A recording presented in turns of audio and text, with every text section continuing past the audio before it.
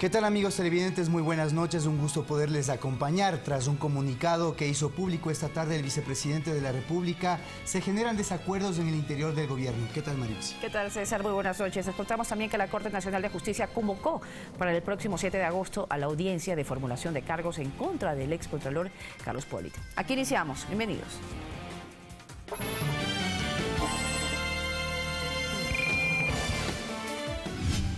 Disenso institucional al interior del Ejecutivo. El vicepresidente de la República tomó distancia. Se define fecha para la audiencia de formulación de cargos en contra del excontralor del Estado, Carlos Pollitt, en el caso Odebrecht. El audio no es lo único que existe, ni el audio es lo más importante. El plazo para la entrega del certificado de migrante retornado vence este 4 de agosto. Se está estableciendo a través del Ministerio de Trabajo una red de una base de datos para apoyarlos a ellos, que ellos sean incursionados en forma laboral. En lo internacional, un plan para frenar inmigración ilegal fue dado a conocer por el gobierno de Estados Unidos.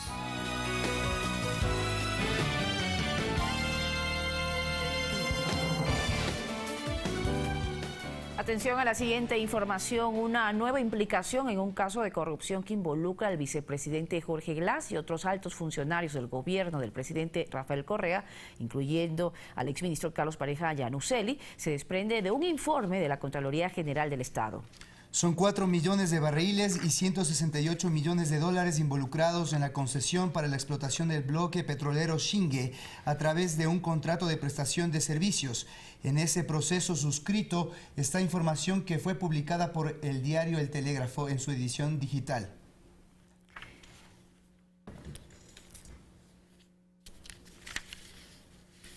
Bien, seguimos con más información. El vicepresidente de la República, Jorge Glass, mediante un comunicado dirigido a la opinión pública, expuso su posición frente a varios temas relacionados al gobierno nacional. Aquí un extracto del mismo. Hoy se sientan las bases para un estado de corrupción, al pactar con personajes nefastos de la historia nacional, como los Bucarán, al entregar servicios e instituciones a personas vinculadas con el pasado oscuro del país, la banca del feriado bancario, los malos empresarios acostumbrados a explotar a sus trabajadores, los de las barcazas, los que pretendían quebrar al Estado para privatizar y hacer grandes negocios, los pseudo sindicalistas acostumbrados a tener privilegios. Yo no me puedo quedar callado, no puedo esperar más, aunque el presidente Lenín Moreno me lo haya pedido cuando expresé mi rechazo a los nombramientos de gente de los Bucarán en puestos clave del gobierno. Lo reconoció y me pidió que espere, que ya lo iba a resolver, que le dé tiempo. Ya no hay tiempo, la patria no puede perder tiempo. Se han manipulado de manera perversa las cifras económicas, pretendiendo imponer un imaginario de que el gobierno de la Revolución Ciudadana manejó mal la economía, actuando de manera irresponsable, sobreendeudando al país y derrochando, dice el presidente Moreno. Ahora sabemos que no solo se gastó en demasía, sino que nos endeudaron. Si seguimos por la misma senda, hipotecaremos el futuro del país. Se está acusando a los miembros del gobierno anterior de corruptos. Eso es inaceptable. En primer lugar, porque el mismo presidente Moreno fue funcionario y miembro del gobierno anterior. Compatriotas, compañeros, yo soy un hombre de principios y valores. A mí no me van a callar. Podrán perseguirme, fraguar informes de Contraloría, pedir juicios políticos, querer llevarme a la cárcel sin ninguna prueba, pero a mí no me van a callar. No tengo miedo, no voy a quedarme callado. Jamás traicionaré a mi pueblo. Aquí estoy, aquí seguiré, dando la cara, defendiendo a mi pueblo. Y al respecto de las acusaciones que se vierten en contra del vicepresidente Jorge Glass, el primer mandatario señaló que no emitirá criterios que interfieran en las investigaciones que actualmente desarrollan sobre el caso Odebrecht. Por eso, permítanme, no me voy a manifestar. No me voy a manifestar. Voy a tomar decisiones, sí, pero no me voy a manifestar. Que si tengo una opinión personal, claro que la tengo, pues. Pero vuelvo a recalcar, un mandatario tiene que ser muy honesto en cumplir con su tarea, de dejar que cada función se exprese independientemente. Cualquier palabra que diga el mandatario a favor o en contra de esa persona podría o sentenciarlo o podría liberarlo. Peligrosísimo. En este nuevo concepto de revolución, el mandatario no envía dictámenes, no envía dictámenes, que quede bien claro. Cada función ejerce su tarea de forma responsable e independiente. Y el expresidente de la República, Rafael Correa, se separaría del movimiento Alianza País si sus miembros no denuncian un supuesto pacto político con la familia Bucaram. La canciller María Fernanda Espinosa, integrante del Buró Político de dicha agrupación, señaló que las diferencias deben resolverse al interior de la misma. Usando sus redes sociales, el expresidente de la República, Rafael Correa, aseguró que nadie puede estar contra el diálogo, incluso con la partidocracia. Y añadió que durante su mandato él también dialogó, pero lo hizo con los descartables de la sociedad, como los llama el Papa Francisco. Insistió en denunciar un supuesto pacto con la familia Bucaram y afirmó que tiene pruebas que integrantes del movimiento Fuerza Ecuador son altos directivos de la Corporación Nacional de Electricidad, a lo que calificó de corrupción institucionalizada. Sin embargo, semanas atrás, el nuevo gerente de la CNEL, Antonio Entriago, aclaró su afiliación política. No pertenezco a ninguna tendencia política, pero conjugo con el proyecto político de la Revolución Ciudadana. Correa cuestionó que estos hechos no sean denunciados al interior de Alianza País y aseguró que se guarda silencio. El exmandatario termina sus mensajes afirmando que si AP calla ante esto, es mejor que desaparezca, o los que no toleramos el cinismo, separarnos y hacer un nuevo movimiento, y empezar desde cero, con la frescura y entusiasmo, ternura y pasión del 2006. Ante estas declaraciones, la canciller María Fernanda Espinosa, quien es parte también del Buró Político de Alianza País, señaló que las diferencias al interior de un movimiento son normales. Cualquier disenso, que es normal en un proceso de transición, se ventile hacia adentro. En horas de la tarde y tras el comunicado publicado por el vicepresidente Jorge Glass, el exmandatario reaccionó a través de Twitter. Correa aseguró que el nuevo instrumento de persecución es la Contraloría. Ejemplo, la nueva auditoría de la deuda ya auditada, el informe con responsabilidad penal por un pozo petrolero en la Amazonía, etc. Se refirió al concurso para elegir al nuevo Contralor y la permanencia de Pablo Celi como encargado de esa institución. Al respecto escribió: para evitar el concurso y mantener a Celi es necesario destituir a los consejeros del Consejo de Participación Ciudadana y Control Social. Para la destitución necesitan mayoría en la Asamblea, la cual ya están operando. Sobre la situación del segundo mandatario dijo: su objetivo inmediato, destituir por cualquier medio al vicepresidente Jorge Glass, al mayor estorbo en sus ambiciones. El libreto es el de Brasil. Finalmente hizo un llamado a estar atentos para que el concurso para nuevo Contralor se haga lo más rápido y transparentemente posible. Pidió rechazar los camisetazos en la Asamblea. Rodrigo Galvez, Ecuador TV.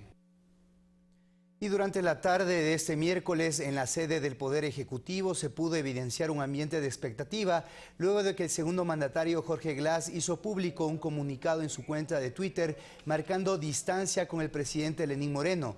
Varios funcionarios de Estado cumplieron agenda y citas de trabajo en el Palacio de Carondelet y manifestaron desconocer el contenido del manifiesto del vicepresidente y evitaron pronunciarse. Lo mismo ocurrió en la sede de Alianza País. Abdalá Bucaram Puley mencionó tener pruebas suficientes sobre supuestos actos ilícitos cometidos en el anterior régimen. Dicho anunciado fue en respuesta a las imputaciones de haber tomado partida en el actual gobierno. Desde su domicilio en Guayaquil, el ex candidato presidencial Abdalá Bucaram Puley desvirtuó las acusaciones a través de redes sociales emitidas por el exmandatario Rafael Correa sobre un supuesto pacto para que miembros de su movimiento político ocupen cargos públicos en la Corporación Nacional de Electricidad. Y la única persona que yo conozco de ahí es al señor juez, que fue candidato nuestro, que es mi amigo de infancia y que pidió autorización porque lo habían invitado a ser asesor de una empresa pública.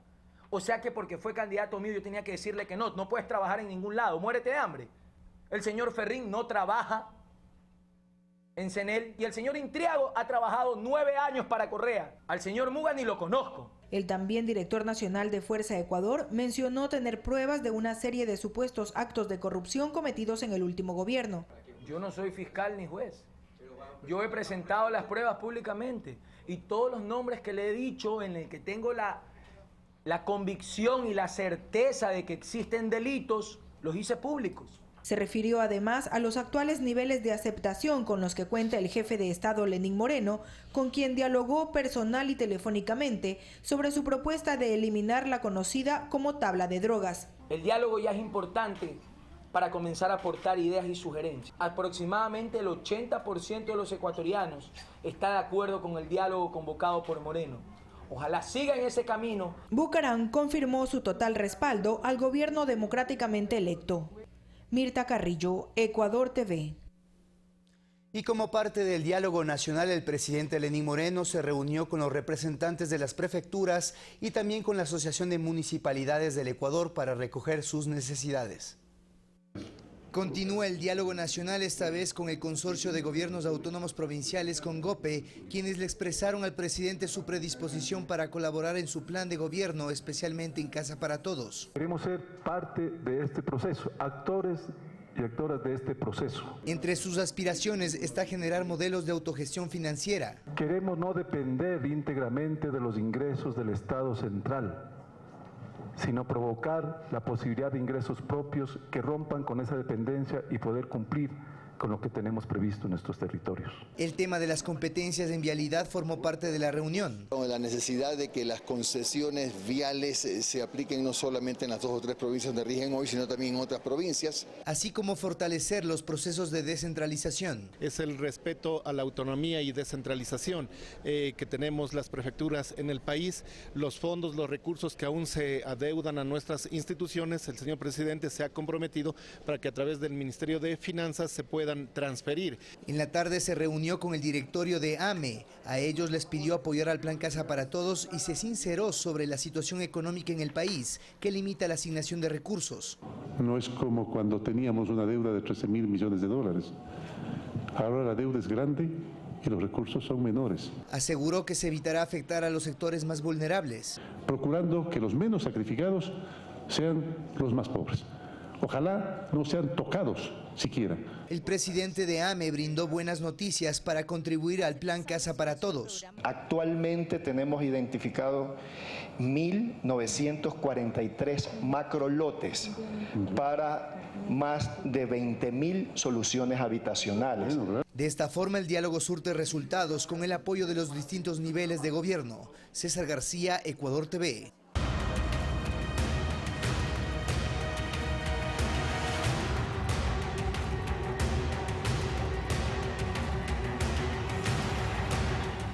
Hoy rindió su versión uno de los propietarios de Telconet en las investigaciones de presunta asociación ilícita por Odebrecht, caso en el que 7 personas son procesadas y 2 más serán vinculadas este miércoles. Tras su segunda convocatoria, Jan Topic acudió ante la fiscal Diana Salazar de la Unidad de Transparencia y Lucha contra la Corrupción. El hijo del máximo representante de Telconet rindió su versión libre y sin juramento con la presencia de su abogado, en una diligencia que duró 1 hora y media. A su salida evitó dar detalles a los medios de comunicación. Todo ha sido esclarecido. Cuando Fiscalía necesite, va a estar a disposición de todas las autoridades judiciales de la familia Topic siempre. La fiscal Diana Salazar, quien lidera la investigación por asociación ilícita en el caso de Odebrecht, decidió llamar a Jan tras las declaraciones de su padre, Tomislav Topic, quien indicó que la empresa otorgó comisiones por más de $5 millones en servicios de cortesía a Ricardo R., uno de los 7 implicados en el caso. Dinero que habría recibido por contactar a inversionistas chinos por negocios de telecomunicaciones y con la constructora brasileña Odebrecht. Además, este miércoles 3 de agosto se efectuará la audiencia de vinculación de 2 personas más a este caso. Se trata del empresario Diego C., quien habría sido intermediario en el pago de sobornos de la firma brasileña, y Ramiro C., ex gerente de transporte de Petroecuador, quien se habría beneficiado de las supuestas coimas. Olga Velasco, Ecuador TV. Y este 7 de agosto la Fiscalía General efectuará la formulación de cargos en contra del excontralor Carlos Polit. A dicho exfuncionario se lo investiga por presuntamente haber recibido por parte de la empresa Odebrecht sobornos que sobrepasan los $4 millones. Para este lunes 7 de agosto a las 15 horas, la Corte Nacional de Justicia convocó a la audiencia de formulación de cargos en contra del excontralor Carlos Polit. Los detalles que se incorporarán en este caso los dio a conocer el fiscal Carlos Vaca Mancheno. Los informes favorables, el desvanecimiento de las glosas por decenas de millones de dólares, el hecho de que no hayan existido indicios de responsabilidad penal posteriores a San Francisco en los casos de la Contraloría. La formulación de cargos en contra de Pollitt será por el delito de concusión, el que según el artículo 281 del COIP lo cometen las o los servidores públicos y las personas que actúen en virtud de una potestad estatal en alguna de las instituciones del Estado, que abusando de su cargo o funciones por sí o por medio de terceros, ordenen o exijan la entrega de derechos, cuotas, contribuciones, rentas, intereses, sueldos o gratificaciones no debidas. El fiscal general indicó que los audios que se difundieron en un medio brasileño entre un exfuncionario de Odebrecht y Carlos Pollitt son parte de los elementos que presentará en la audiencia tras efectuar la respectiva verificación. El audio no es lo único que existe, ni el audio es lo más importante. El audio es una más de las evidencias que la Fiscalía ha recabado durante este tiempo y que van a ser puestas en conocimiento de la justicia. El fiscal se refirió a las declaraciones del abogado del ex contralor sobre la supuesta manipulación y veracidad de estos audios. Esa prueba que tiene la Fiscalía está ya contaminada. Me sorprende, luego de que pasaron todos estos eventos, de pronto aparezca desde Brasil otra vez la misma grabación. Eso es absolutamente falso. La prueba ha seguido una cadena de custodia, la prueba está periciada, la prueba se encuentra en un expediente judicial y la prueba va a ser puesta en conocimiento del juez en el momento que corresponde. En el caso Odebrecht se han efectuado más de 500 diligencias, 25 allanamientos en 2 meses. Resultado de ello, hay 11 personas detenidas y en curso varios expedientes en delitos como asociación ilícita y lavado de activos. Olga Velasco, Ecuador TV. Existen indicios, mas no pruebas de una supuesta participación del vicepresidente de la República en actos de corrupción. Así lo consideran analistas políticos luego de que se filtraran audios en los que se los menciona. A criterio del catedrático de Ciencias Sociales Iván Rivera, en la región existe la tendencia de vincular a los gobiernos de corte social y progresista con actos de corrupción. La corrupción no tiene que ver con la izquierda, porque la corrupción también fueron en los gobiernos de derecha. Digamos, la corrupción es transversal. Postura que comparte luego de que circularan audios de una supuesta conversación entre el ex contralor Carlos Pollitt y un representante de Odebrecht, donde se menciona al vicepresidente Jorge Glass.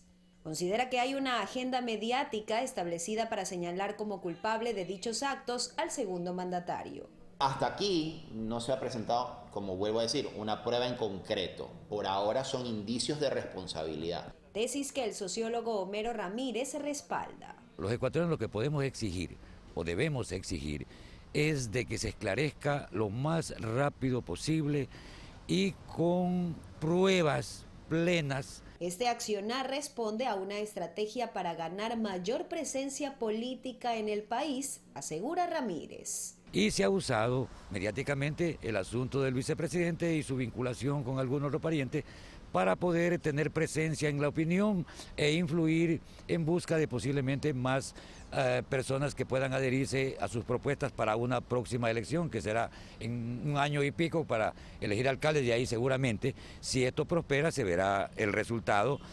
Jocelyn de Mera, Ecuador TV. Mientras tanto, legisladores de Creo insisten en la renuncia del vicepresidente Jorge Glass, luego de la filtración de un audio en el que supuestamente se confirmaría su relación con la empresa Odebrecht. El segundo mandatario insistió en que está abierto a cualquier tipo de investigación sobre él y su patrimonio. El tema también genera incertidumbre en el interior del oficialismo. El audio se conoció el 1 de agosto. Se trata de una conversación entre el excontralor Carlos Pollitt y José Conceição, alto directivo de Odebrecht, en el cual se menciona el nombre del vicepresidente Jorge Glass, quien ese mismo martes en horas de la noche respondió. Entonces lo que diga Odebrecht me tiene sin cuidado. Me han investigado, señoras y señores, por los 8 costados. Y qué bueno que así sea. Es por ello que para el fiscal general Carlos Vaca Mancheno, este audio, que formaría parte de una conversación más extensa, es solo una de las evidencias que el organismo ha recabado. Sobre el segundo mandatario, en cambio, recordó su participación cuando ha sido requerido para las investigaciones. El señor vicepresidente acudió a la fiscalía al llamado que yo personalmente le hice como fiscal general del Estado. Y además ha continuado acudiendo a los llamados que le han hecho los otros fiscales en las otras investigaciones. Sin embargo, nada de esto ha tranquilizado a los partidos de oposición. Tanto Izquierda Democrática como Creo insistieron en la renuncia de Jorge Glass a su cargo. Lo único coherente es instruir también al vicepresidente para que él presente su renuncia al cargo. En Alianza País, por su parte, se considera que todo debe continuar un trámite ordinario hasta llegar a la judicialización, pero que esto se ha convertido en un tema complejo, aseguró Franklin Samaniego. Ahí se relaciona a algunos temas en relación a una persona también que ya está sindicada, como es el señor Rivera. Estas declaraciones fueron emitidas previo al comunicado público del vicepresidente Jorge Glass. Después de esto, en cambio, los pronunciamientos fueron escuetos. Eso sí, manteniendo la preocupación sobre la situación y el futuro de Alianza País. Nosotros nos preocupa enormemente porque son los grandes dirigentes del movimiento País que se encuentran en este tipo de contradicciones. Obviamente nos preocupa enormemente y ojalá se pueda zanjar lo más rápidamente posible. Alex Llanos, Ecuador TV. Presten mucha atención porque ahora extendemos la información con la que iniciamos este informativo. Diario El Telégrafo, en su versión digital, publicó hace pocos minutos una nueva implicación en un caso de corrupción que involucra al vicepresidente Jorge Glass. Vamos a resumir el contenido de esta información. Una nueva implicación en un caso de corrupción que involucra al vicepresidente Jorge Glass y otros funcionarios del gobierno del presidente Rafael Correa, incluyendo al exministro Carlos Pareja Yanuseli, se desprende de un informe de la Contraloría General del Estado. Son 4 millones de barriles y 168 millones de dólares involucrados en la concesión para la explotación del bloque petrolero Zingue a través de un contrato de prestación de servicios.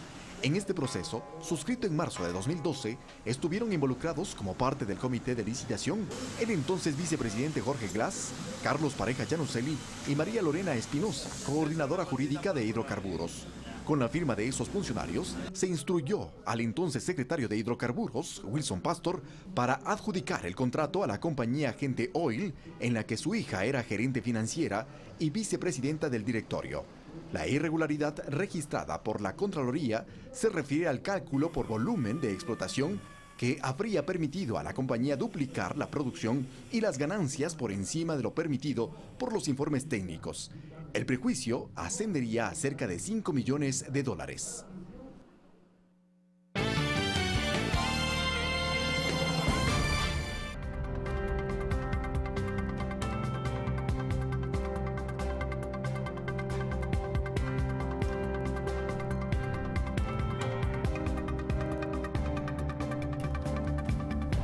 Estamos de regreso y a pesar de las complicaciones económicas, el gobierno nacional reitera que las medidas para salir de la crisis no incluyen paquetazos. Cifras como el déficit, así como el incremento de 2% con respecto al presupuesto del año pasado, serían claves para esto. El salir adelante ha sido el mensaje unísono de las autoridades económicas del país ante la situación financiera del Ecuador, una vez transparentadas las cuentas públicas. El total presupuestado tiene un aumento del 2% con respecto al año 2016 y su valor asciende a 36.818 millones de dólares, lo cual significa el 37% del Producto Interno Bruto. Este cálculo se lo realiza en base a supuestos generales básicos, conocidos como supuestos macroeconómicos, los que permiten conocer cuáles son los índices sobre los que se va a desarrollar la propuesta financiera.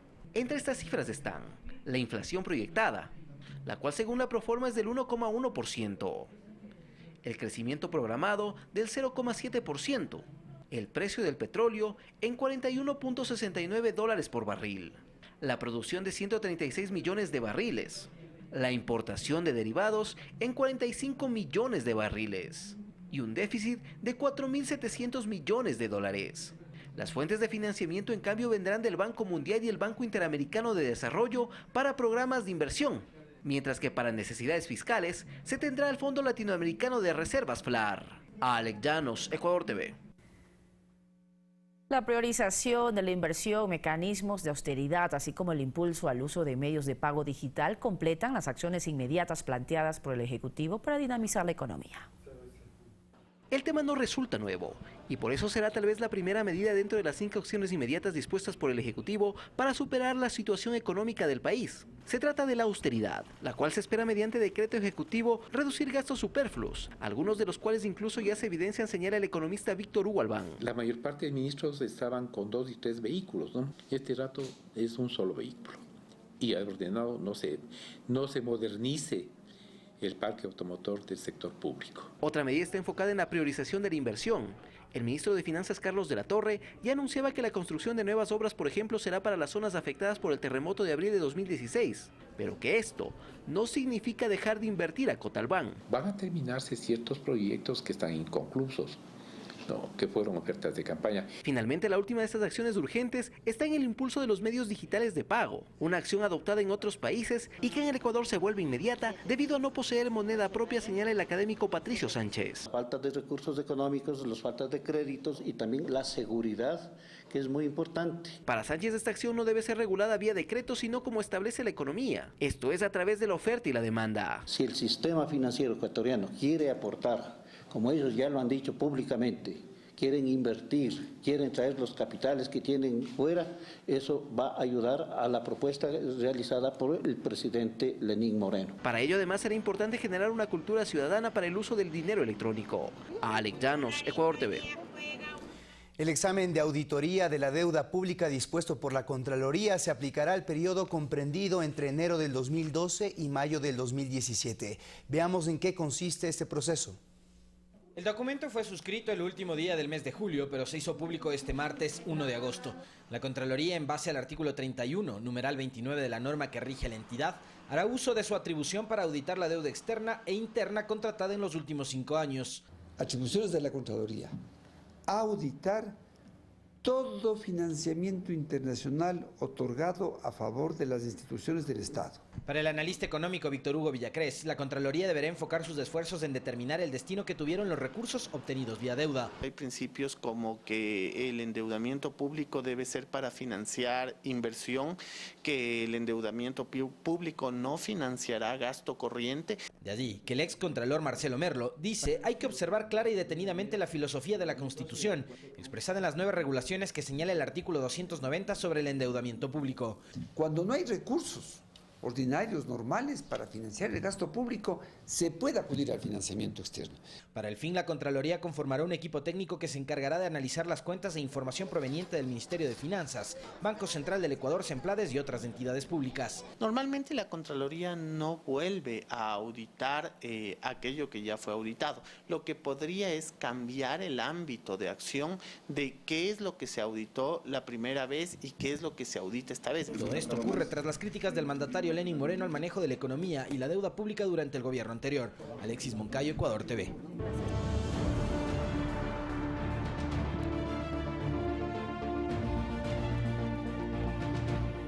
El sistema de pago, conocido como dinero electrónico y que es manejado por el Banco Central, no constituye una nueva moneda o método paralelo para hacer transacciones. Por el contrario, es una alternativa de inclusión financiera con servicios a bajo costo. Este tema también forma parte del diálogo nacional.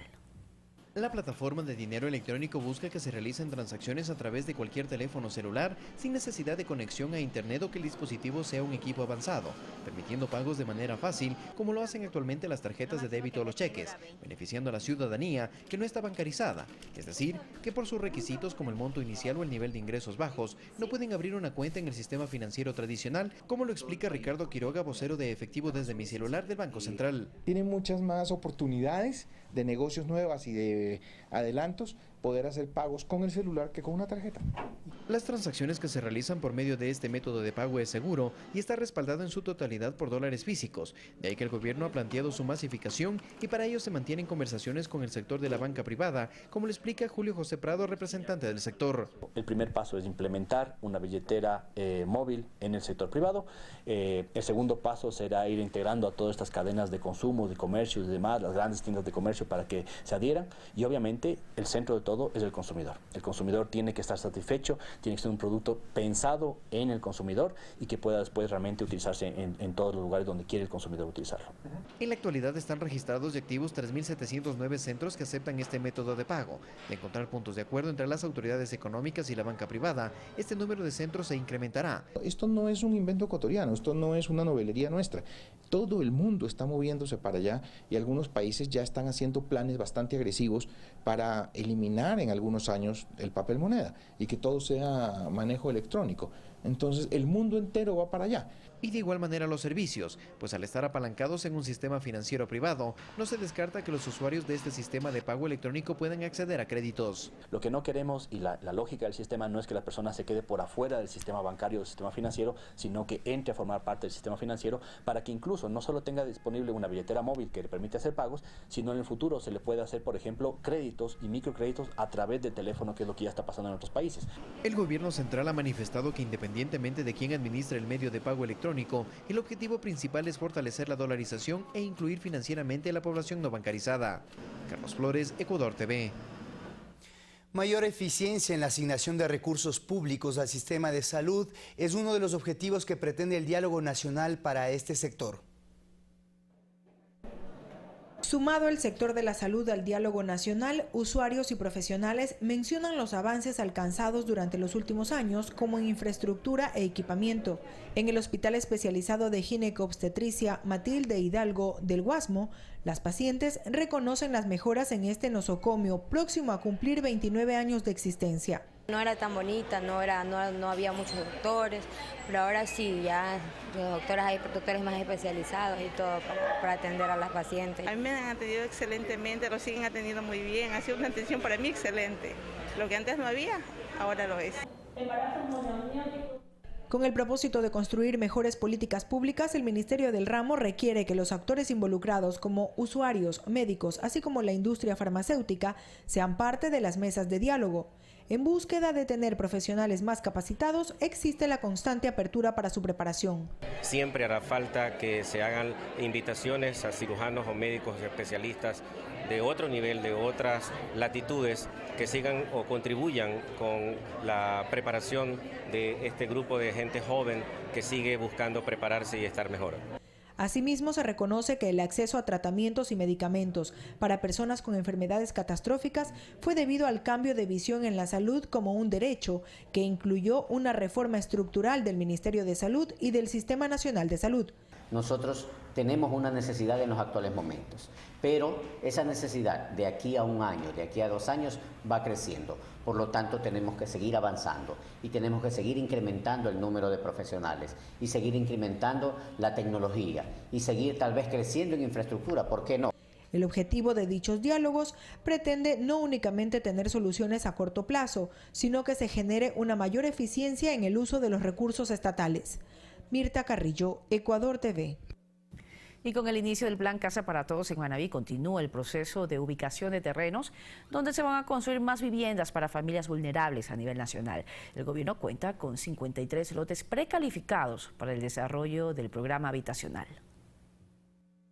En Manta, la familia de Mariana Salto será una de las beneficiadas de la misión Casa para Todos. Tras el terremoto de 2016, Mariana se quedó sin vivienda y se le asignó una estructura de madera en la ciudadela Seibo Renacer. Es en este terreno que ya inició la preparación del suelo para arrancar el programa de vivienda. Más que todo agradecida por Dios, que es lo primero que hay que agradecerle.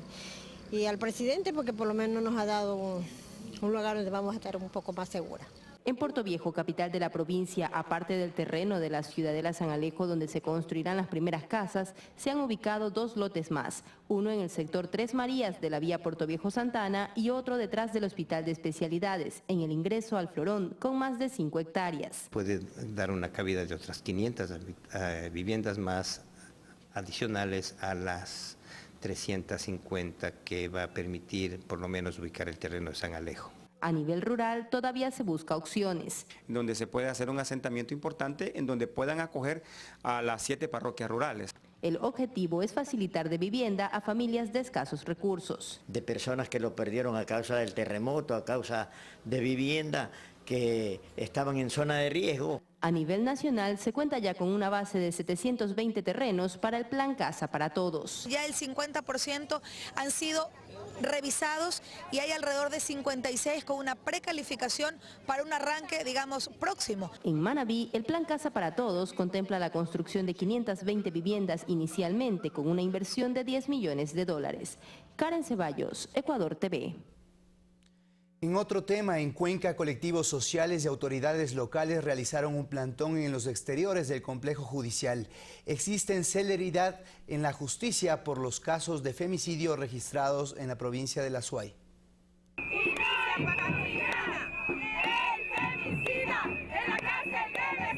El plantón de la mañana de este miércoles tuvo como lema: por los corazones que dejaron de latir y por los que aún piden justicia.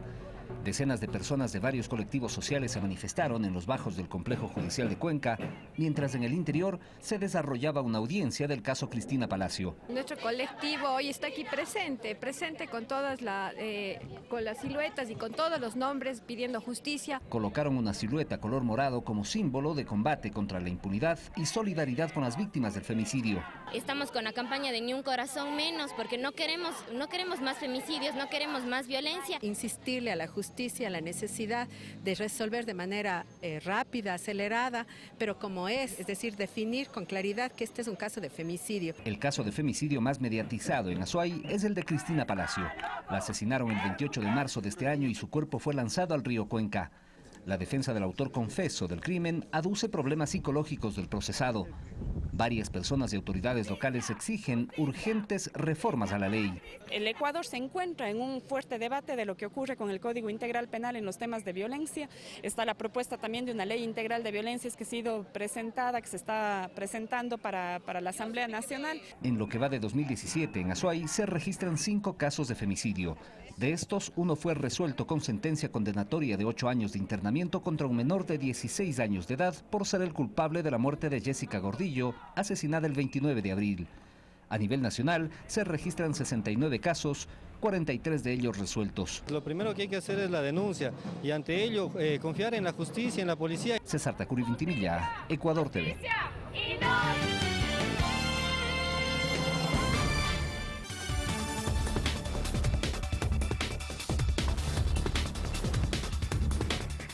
Noticias del mundo, 10 muertos deja un accidente de tránsito en México. Además, 2 desaparecidos tras una explosión de edificio en Estados Unidos. Más en el siguiente resumen. En Brasil, la Cámara de Diputados inició la votación para decidir si autoriza a la Corte Suprema a instaurar el juicio penal contra el presidente Michel Temer. Si 2/3 de los representantes aprueban la denuncia de la Fiscalía, Temer podría ser suspendido por 6 meses. Varios movimientos sociales se movilizaron en las principales capitales de Brasil para presionar el fallo contra el mandatario. 10 personas murieron, entre ellas 2 menores de edad y más de 12 resultaron heridas cuando un autobús de pasajeros chocó con un camión a 30 kilómetros de la ciudad Victoria en el estado de Tamaulipas, en México, para luego caer al barranco. 7 ambulancias y 20 miembros de la Cruz Roja intervinieron en el rescate de los sobrevivientes. 2 personas están desaparecidas tras una explosión y el colapso parcial de edificios en una escuela primaria de Minneapolis. Al lugar acudieron los bomberos para controlar el incendio que se generó tras la explosión por una fuga de gas. Además, para realizar las labores de rescate de los desaparecidos. Los talibanes se han atribuido la responsabilidad de un ataque suicida con bombas a un convoy de la OTAN en el sur de Afganistán. El portavoz afirmó que 2 tanques blindados fueron destruidos y que 15 soldados extranjeros murieron en las afueras de la ciudad de Kandahar. Fernanda de la Bastida, Ecuador TV.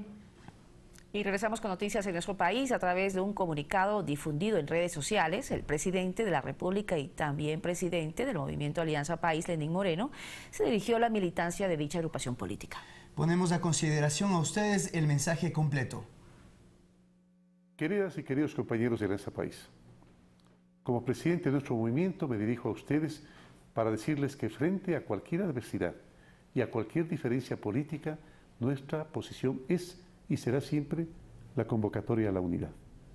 Unidad y más unidad, para avanzar con nuestra revolución, consolidar los logros y corregir lo que se deba corregir.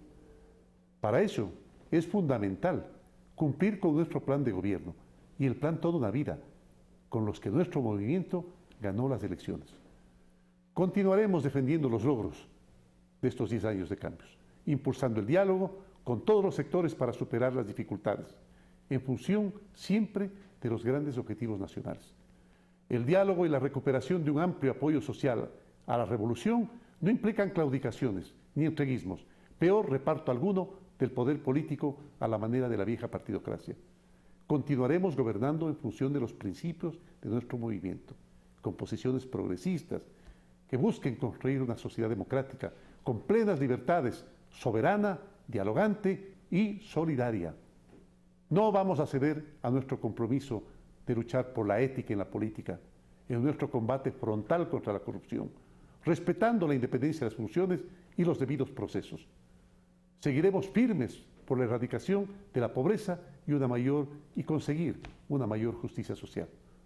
El reto de profundizar nuestra revolución y responder a las necesidades de nuestro país no es una tarea que le corresponde solo al presidente, sino es tarea de todos y cada uno de nosotros. Ustedes, queridas y queridos militantes, han sido el corazón y el motor de este proceso. Han garantizado los triunfos electorales, ustedes han garantizado la estabilidad democrática. Su presencia, su acción, su compromiso con el país y con su gobierno es ahora más necesario que nunca.